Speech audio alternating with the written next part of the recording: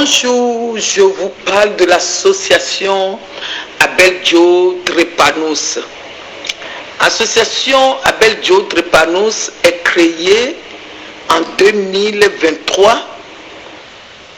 Le but de l'association et sa mission, c'est pour sensibiliser sur la maladie la plus répandue dans le monde, qui est la drépanocytose SS, et c'est la maladie héréditaire et génétique. Parce que cette maladie est attrapée via à des deux parents qui portent les gènes. Mais l'association est créée aussi, des fois chez certains patients, les traitements qu'on leur donne peuvent les ramener des addictions, la dépression et tout ça. Parce que déjà, avec la pathologie même, et la personne est en dépression, dans le stress, de faire des crises, les crises osseuses, les crises dans les os, les crises dans les corps, les crises douloureuses, les crises douloureuses. La crise que les patients font, c'est la crise comme une femme qui veut accoucher. La crise de la drépanocytose est plus douloureuse que la douleur d'une femme qui est en train d'accoucher. Et en même temps, c'est la maladie de l'anémie. La personne peut être anémiée et d'autres peuvent manquer le sang. Ce n'est pas chez tout le monde non plus, parce que cette maladie a plusieurs formes. Parce qu'il prend la forme différente chez chaque patient et chaque porteur de ce gène. Par exemple, je viens de le dire, il y a d'autres, la personne peut être anémiée, mais ce n'est pas tous les drépanocytes qui sont transfusés. Et il y a d'autres, leur crise, la personne peut avoir des crises de thorax. Ce n'est pas tous les drépanocytes qui ont des crises de thorax. Et d'autres patients, comme je dis, le traitement peut faire que la personne devient addict. Ce n'est pas tous les drépanocytes qui deviennent addicts non plus. Et l'association est créée parce que pourquoi? Moi-même, en tant qu'une mère d'un enfant de la drépanocytaire et que j'ai élevé jusqu'à 28 ans, presque 28 ans, 27 ans et demi, presque 28 ans, et avec ce quotidien, et si j'ai mis l'addition à côté de la drépanocytose, ça veut dire que lui, il était atteint de les addictions dues au traitement, et c'est quelque chose qui a été vraiment très dur pour lui, très dur aussi pour la famille, pour moi, qui est une femme et en tant que mère qu'il avait aidé, accompagné.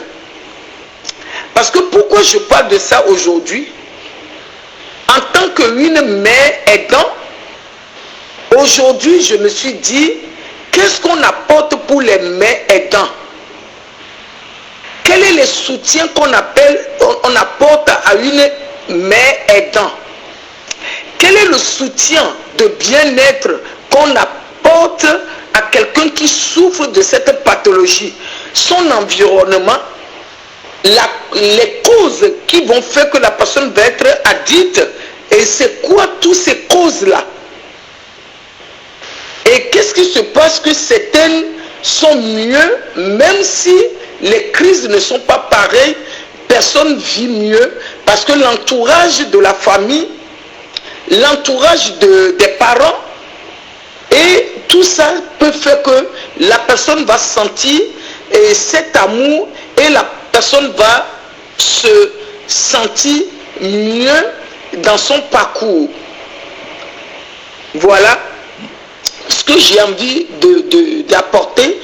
Aujourd'hui, la sensibilisation que j'apporte aujourd'hui, c'est pour la jeunesse. pour que la jeunesse ne reste pas ignorante. Parce que moi, ma jeunesse, j'étais ignorante. Je ne savais pas.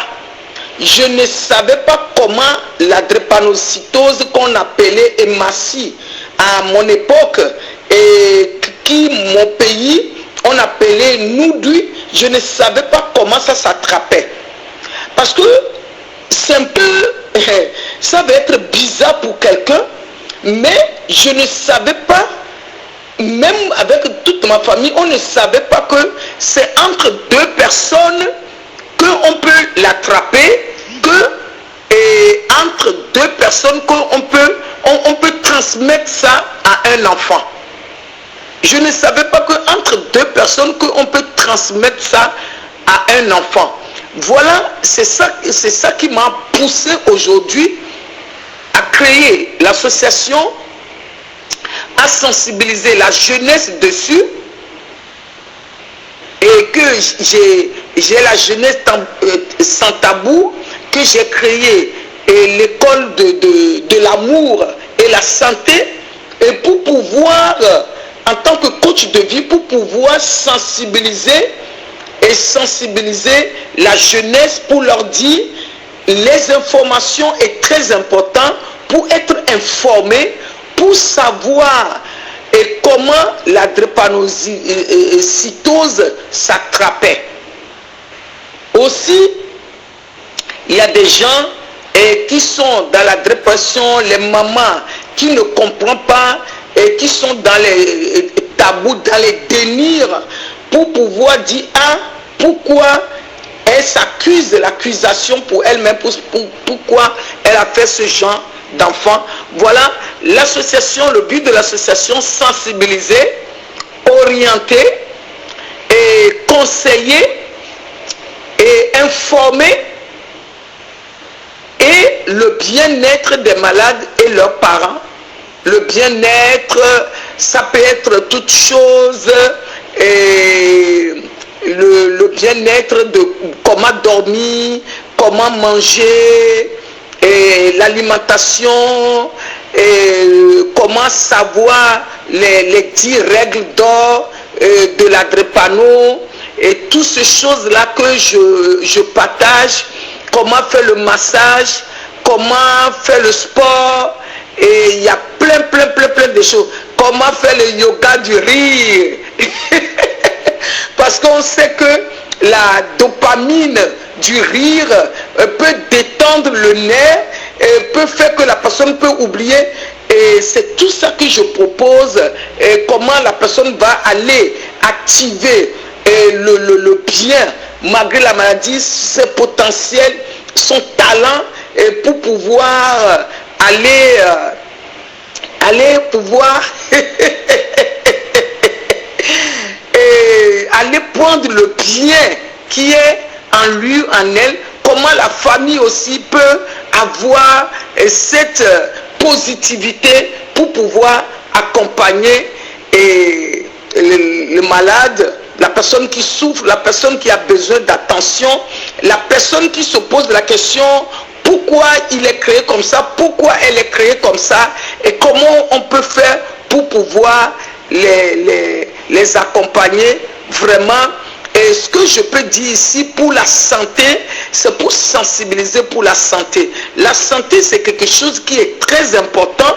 Et quand il y a la santé, et nos parents disaient, je vais dire ce proverbe que nos parents disaient, dès qu'il y a la santé, il y a tout.